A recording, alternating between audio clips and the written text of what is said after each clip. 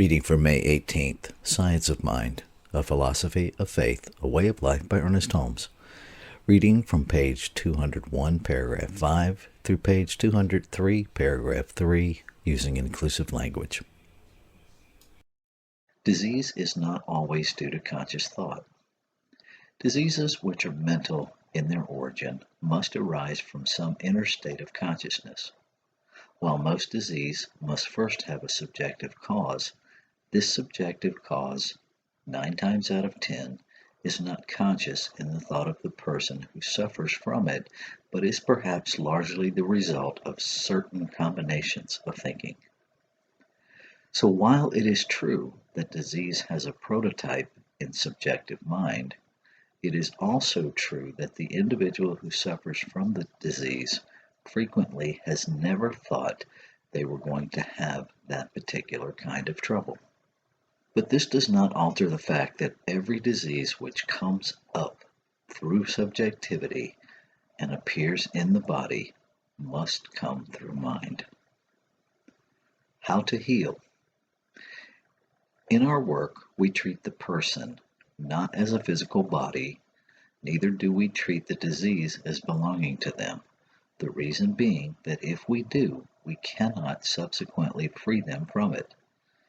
We do not think of the disease as being connected with them or a part of them. The practitioner seeks to realize the person as perfect, not needing to be healed of anything. This is nothing less than the realization of the presence and the power of God or Spirit as the person's life, as the only life there is, as complete and perfect in them right now. First, recognize your own perfection, then build up the same recognition for your patient.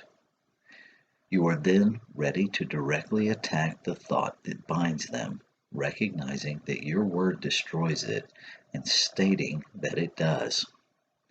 You may then take into account and specifically mention everything that needs to be changed, every so-called broken law or false thought. Then finish your treatment with a realization of peace, remaining for a few moments in silent recognition that your work is done, complete, and perfect. The work must not be thought of as hard. When we know that there is but one mind, we shall realize that this work could not be difficult or laborious. Mental treatment is a direct statement of belief into mind, coupled with a realization that the work is already an accomplished fact. The spiritual person needs no healing. Health is an omnipresent reality, and when the obstructions that hinder healing are removed, it will be found that health was there all the time. So, in your work, do not feel that you must heal anyone. Your only responsibility is to uncover the truth. Never say, "Here is a patient whom I must heal."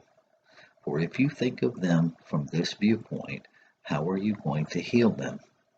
If you mentally see a sick person, they will remain mentally sick. We cannot heal successfully while we recognize sickness as a reality to spirit. In spiritual healing by this method, no one believes in disease. It has no action nor reaction. It has neither cause nor effect. It has no law to support it, and no one through whom it can operate. There is no one to talk with about it, and no one to believe in it.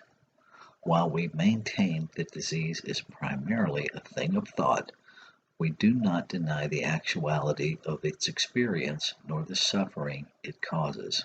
Instead, we seek to heal it, and we cooperate with all, no matter what method they are using, to relieve distress. You have nothing to do with the patient's thought as a personality, for as your own thought clears, they will be helped. First, eliminate doubt and fear from your own thought. Realize that your patient is a divine being, and that your word is the law unto the thing unto which it is spoken. This is what gave Jesus his power, for he taught them as one having authority, and not as the scribes.